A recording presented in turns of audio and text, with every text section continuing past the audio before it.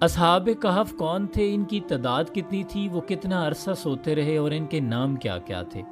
آپ اس ویڈیو میں جانیں گے ان عظیم ہستیوں کے بارے میں کچھ دلچسپ و عجیب حقائق۔ حضرت عیسیٰ علیہ السلام کے آسمان پر اٹھا لیے جانے کے بعد عیسائیوں کا حال بے حد خراب اور نہایت ابتر ہو گیا۔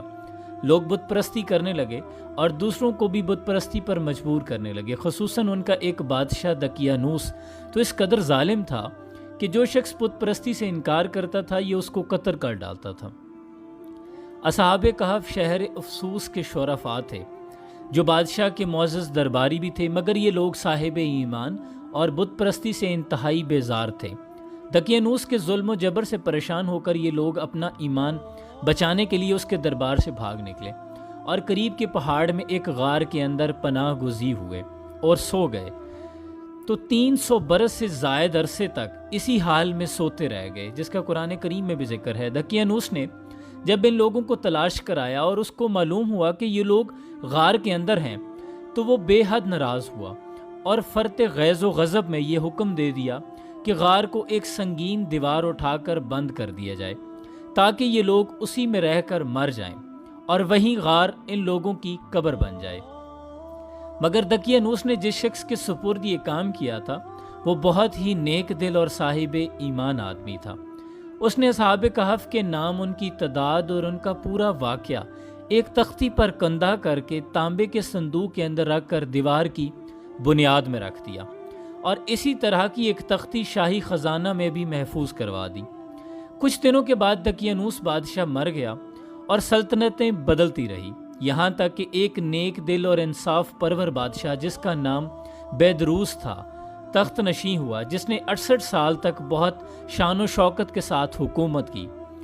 اس کے دور میں مذہبی فرقہ بندی شروع ہو گئی اور بعض لوگ مرنے کے بعد اٹھنے اور قیامت کا انکار کرنے لگے۔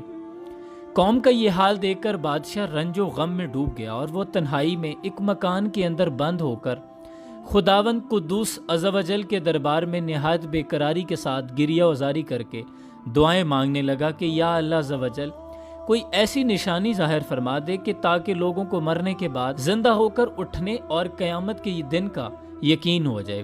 بادشاہ کی یہ دعا مقبول ہو گئی اور اچانک بکریوں کے ایک چرواہے نے اپنی بکریوں کو ٹھہرانے کے لیے اسی غار کو منتخب کیا اور دیوار کو گرا دیا۔ گرانے والے لرزہ و برندام ہو کر وہاں سے بھاگ گئے اور اصحاب کہف بحکم الہی اپنی نیند سے بیدار ہو کر اٹھ بیٹھے اور ایک دوسرے سے سلام و کلام میں مشغول ہو گئے۔ نماز ادا کر لی۔ جب ان لوگوں کو بھوک لگی تو ان لوگوں نے اپنے ایک ساتھی یملیخا سے کہا کہ تم بازار جا کر کچھ کھانا لاؤ اور نہایت خاموشی سے یہ بھی معلوم کرو کہ دقیانوس ہم لوگوں کے بارے میں کیا ارادہ رکھتا ہے۔ یملیخا غار سے نکل کر بازار گئے اور یہ دیکھ کر حیران رہ گئے کہ شہر میں ہر طرف اسلام کا چرچا ہے اور لوگ اعلانیہ حضرت عیسیٰ علیہ السلام کا کلمہ پڑھ رہے ہیں۔ یملیخا یہ منظر دیکھ کر محو حیرت ہو گئے کہ الہی یہ ماجرا کیا ہے؟ اس شہر میں تو ایمان و اسلام کا نام لینا بھی جرم تھا، آج یہ انقلاب کہاں سے اور کیوں کر آ گیا؟ پھر یہ ایک نان بائی کی دکان پر کھانا لینے گئے اور دقیانوسی زمانے کا روپیہ دکاندار کو دیا جس کا چلن بند ہو چکا تھا، بلکہ کوئی اس کا سکہ دیکھنے والا بھی باقی نہیں رہ گیا تھا۔ دکاندار کو شبہ ہوا کہ شاید اس شخص کو کوئی پرانا خزانہ مل گیا ہے، چنانچہ دکاندار نے ان کو حکام کے سپرد کر دیا اور حکام نے ان سے خزانے کے بارے میں پوچھ گچھ شروع کر دی۔ کہا بتاؤ خزانہ کہاں ہے؟ یملیخا نے کہا کہ کوئی خزانہ نہیں ہے، یہ ہمارا ہی روپیہ ہے۔ حکام نے کہا ہم کس طرح مان لیں کہ یہ روپیہ تمہارا ہے؟ یہ سکہ 300 برس پرانا ہے اور برسوں گزر گئے کہ اس سکے کا چلن بند ہو گیا اور تم ابھی بھی جوان ہو، لہٰذا صاف صاف بتاؤ کہ عقدہ حل ہو جائے۔ یہ سن کر یملیخا نے کہا کہ تم لوگ یہ بتاؤ کہ دقیانوس بادشاہ کا کیا حال ہے؟ حکام نے کہا کہ آج روئے زمین پر اس نام کا کوئی بادشاہ نہیں، ہاں سینکڑوں برس گزر گئے کہ اس نام کا ایک بے ایمان بادشاہ گزرا ہے جو بت پرست تھا۔ یملیخا نے کہا کہ ابھی کل ہی تو ہم لوگ اس کے خوف سے اپنے ایمان اور جان کو بچا کر بھاگے ہیں۔ میرے ساتھی قریب ہی ایک غار میں موجود ہیں، تم لوگ میرے ساتھ چلو، میں تم لوگوں کو ان سے ملا دوں۔ چنانچہ حکام نے عمائدین شہر کثیر تعداد میں اس غار کے پاس پہنچے۔ اصحاب کہف یملیخا کے انتظار میں تھے۔ جب ان کی واپسی میں دیر ہوئی تو ان لوگوں نے یہ خیال کر لیا کہ شاید یملیخا گرفتار ہو گئے ہیں، اور جب غار کے منہ پر بہت سے آدمیوں کا شور و غل سنا تو یہ سمجھ بیٹھے کہ غالباً دقیانوس کی فوج ہماری گرفتاری کے لیے آن پہنچی ہے، تو یہ لوگ نہایت اخلاص کے ساتھ ذکر الہی اور توبہ استغفار میں مشغول ہو گئے۔ حکام نے غار پر پہنچ کر تانبے کا صندوق برآمد کیا اور اس کے اندر سے تختی نکال کر پڑھا تو اس تختی پر اصحاب کہف کا نام لکھا تھا، اور یہ بھی تحریر تھا کہ یہ مومنوں کی جماعت اپنے دین کی حفاظت کے لیے دقیانوس بادشاہ کے خوف سے اس غار میں پناہ گزی ہوئی ہے۔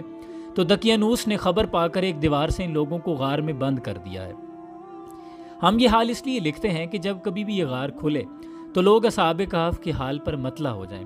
حکام تختی کی عبارت پڑھ کر حیران رہ گئے اور ان لوگوں نے اپنے بادشاہ بیدروس کو اس واقعے کی اطلاع دی۔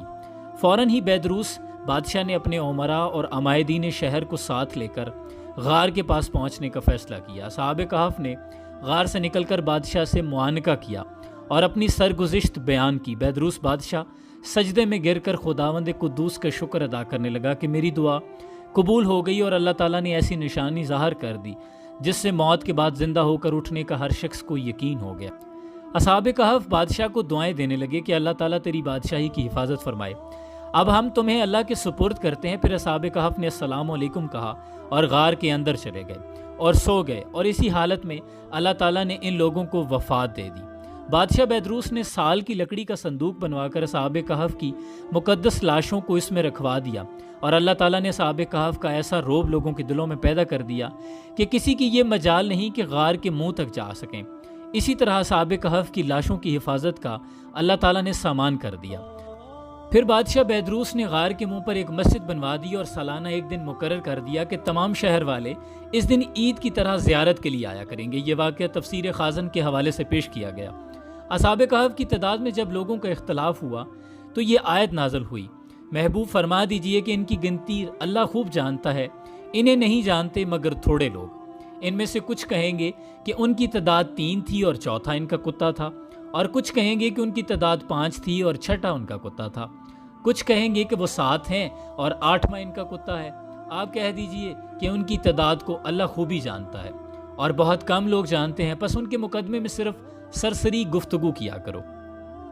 حضرت عبداللہ بن عباس رضی اللہ تعالیٰ عنہ نے فرمایا کہ میں انہی کم لوگوں میں سے ہوں جو اصحاب کہف کی تعداد کو جانتے ہیں۔ پھر آپ نے فرمایا کہ اصحاب کہف کی تعداد 7 ہے اور 8واں ان کا کتا ہے۔ یہ تفسیر ساوی میں درج ہے۔ قرآن کریم میں اللہ تعالیٰ نے سورہ کہف میں فرمایا، کیا تمہیں معلوم ہوا کہ پہاڑ کی کھو اور جنگل کے کنارے والے ہماری ایک عجیب نشانی تھے؟ جب ان نوجوانوں نے غار میں پناہ لی پھر بولے، اے ہمارے رب ہمیں اپنے پاس سے رحمت دے اور ہمارے کام میں ہمارے لیے راہیابی کا سامان کر۔ تو ہم نے اس غار میں ان کے کانوں پر گنتی کے کئی برس تھپکا، پھر ہم نے انہیں جگایا کہ دیکھیں 2 گروہوں میں کون ان کے ٹھہرنے کی مدت زیادہ ٹھیک بتاتا ہے۔ ہم نے ان کا ٹھیک ٹھیک حال تمہیں سنایا۔ کچھ جوان تھے جو اپنے رب پر ایمان لائے، ہم نے ان کو ہدایت بڑھائی۔ اس سے اگلی آیتوں میں اللہ تعالیٰ نے اصحاب کہف کا پورا حال بیان فرمایا جس کا تذکرہ اوپر ہو چکا ہے۔ اصحاب کہف کا نام، ان کے ناموں میں بھی بہت اختلاف ہے۔ حضرت علی رضی اللہ تعالیٰ عنہ سے روایت ہے کہ ان کے نام یہ ہیں: یملیخہ، مکشلینا، مشلینا، مرنوش، دبرنوش، شازنوش، اور 7واں چرواہا تھا جو ان لوگوں کے ساتھ ہو گیا تھا۔ حضرت علی رضی اللہ تعالیٰ نے اس کا ذکر نہیں فرمایا۔ اور ان لوگوں کے کتے کا نام قطمیر تھا، اور ان لوگوں کے شہر کا نام افسوس تھا، اور ظالم بادشاہ کا نام دقیانوس تھا۔ اور تفسیر ساوی میں لکھا ہے کہ اصحاب کہف کے نام یہ ہیں: میکسملینا، یملیخہ، تونس، نیونس، ساریونس، زونوانس، فلسطینس۔ یہ آخری چرواہے تھے جو راستے میں ساتھ ہو لیے تھے۔ ان لوگوں کے کتے کا نام قطمیر تھا۔ یہاں میں سورہ کہف میں ایک اور پوشیدہ اور روح فرساں حقیقت، دلچسپ حقائق آپ کی خدمت میں گوش گزار کرتا چلوں کہ سورہ کہف میں مذکور اصحاب کہف کا کتا اپنے دونوں بازوں کو پھیلائے کیوں بیٹھا رہا، جیسا کہ قرآن میں اللہ نے ارشاد فرمایا۔ المانیہ جرمن کا ایک فزیشین ڈاکٹر بیان کرتا ہے کہ میں کسی سفر میں ایک بار ایئرپورٹ پر تھا کہ اچانک ایک نوجوان نے قرآن کا مترجم نسخہ مجھے گفٹ کیا۔ میں نے اس کا دل رکھنے کے لیے تھینکس کرتے ہوئے لے لیا۔ اس کے سامنے سے اوجھل ہونے کے بعد اس کو کوڑے دان میں پھینک دوں گا، میرے دل میں یہی خیال تھا۔ تھوڑی دیر بعد وہ میری نظروں سے غائب ہو گیا۔ میری بھی فلائٹ کا وقت ہو چلا تھا اور میں جہاز میں بیٹھ گیا۔ سفر طویل تھا، اکتاہٹ کی وجہ سے ادھر ادھر پلٹی لی تو جیب میں کچھ وزن سا محسوس ہوا، نکالا تو وہی قرآن کا نسخہ تھا جسے میں کوڑے دان کی نظر کرنے والا تھا، پر بھول گیا۔ خیر دل میں خیال آیا، دیکھوں تو صحیح کیا ہے اس میں، کچھ وقت بھی گزر جائے گا۔ میں نے کھولا تو میرے سامنے سورہ کہف کھولی اور میں دھیرے دھیرے ورق گردانی کرنے لگا۔ اچانک میں 2 ایسی آیتوں سے گزرا جنہوں نے مجھے ٹھہرنے اور غور کرنے پر مجبور کر دیا۔ وہ دونوں آیتیں یہ تھی، آپ دیکھیں گے کہ آفتاب بوقت طلوع ان کے غار سے دائیں جانب کو جھک جاتا ہے اور بوقت غروب ان کے بائیں جانب کترا جاتا ہے، اور وہ اس غار کی کشادہ جگہ میں ہیں۔ دوسری آیت یہ ہے کہ اور آپ خیال کرتے کہ وہ بیدار ہیں حالانکہ وہ سوئے ہوئے تھے، خود ہم ہی انہیں دائیں بائیں کروٹ دلایا کرتے تھے، اور ان کا کتا بھی چوکھٹ پر اپنے ہاتھ پھیلائے ہوئے تھا۔ یہ سورہ کہف قرآن کی آیات ہیں۔ ڈاکٹر کہتا ہے کہ ان کا سونا اور کروٹیں لینا سمجھ میں آتا ہے کہ یہ اس لیے ضروری ہیں تاکہ ان کا جسم اگر ایک ہی کروٹ رہیں گے تو خراب ہو جائیں گے اور جسم کو مٹی کے کھا جانے کا خطرہ ہے۔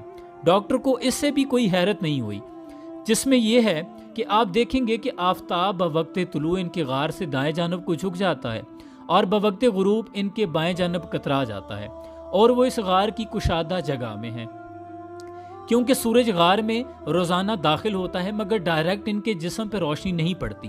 ڈاکٹر کا کہنا ہے کہ علم طب میں یہ بات لکھی ہوئی ہے تاکہ جسم پر بستر کے نشانات نہ پڑیں۔ ضروری ہے کہ کمرہ ہوادار ہو، سورج کی روشنی اس میں آتی جاتی رہے لیکن سیدھی جسم پر نہ پڑے۔ پھر ڈاکٹر دوسری آیت کے بارے میں غور و فکر کے بعد لکھتا ہے کہ کروٹ لینا بھی ضروری ہے، وہ اس لیے کہ ایک ہی کروٹ پڑے رہنے سے جسم پر زخم نہ پڑ جائیں اور پھر اس میں بدبو پھیل جائے اور زمین اپنی خوراک بنا لے۔ ڈاکٹر کہتا ہے کہ اب تک مجھے جس چیز نے سب سے زیادہ حیرت زدہ کیا وہ ان سب کا کتا ہے، جس کے بارے میں آیا ہے کہ اس نے کروٹ نہیں لی بلکہ ویسے ہی اپنے دونوں بازو پھیلائے ایک ہی حالت میں تقریباً 309 برس بیٹھا رہا، اور اس کے جسم کو کچھ نہیں ہوا، نہ زخم لگے اور نہ ہی اس میں بدبو پیدا ہوئی۔ اس آیت کریمہ نے اسے تحقیق کرنے پر مجبور کر دیا اور وہ پھر اس پر ریسرچ کرنے لگا۔ اس کی حیرت کی اس وقت انتہا نہ رہی جب تحقیق سے اس نے یہ پایا کہ کتے کے جسم میں چمڑے کے نیچے غدود ہوتا ہے جو ایک مخصوص قسم کا ہے، جو ایسے قسم کا کوئی مادہ نکالتا ہے کہ جس سے کتا اگر زندہ ہے تو اس کا چمڑا خراب نہیں ہوتا، بھلے وہ کتنے برس تک کیوں نہ بیٹھا رہے۔ اسی وجہ سے ان سب کا کتا ان سب کی طرح کروٹ نہیں لے رہا تھا۔ سبحان اللہ! اس معجزاتی آیت کریمہ نے اس ڈاکٹر کو اسلام لانے پر مجبور کر دیا اور وہ مسلمان ہو گیا۔ الحمدللہ! ان ڈاکٹر صاحب نے تو اسلام کو قبول کیا پوری تحقیق کے بعد۔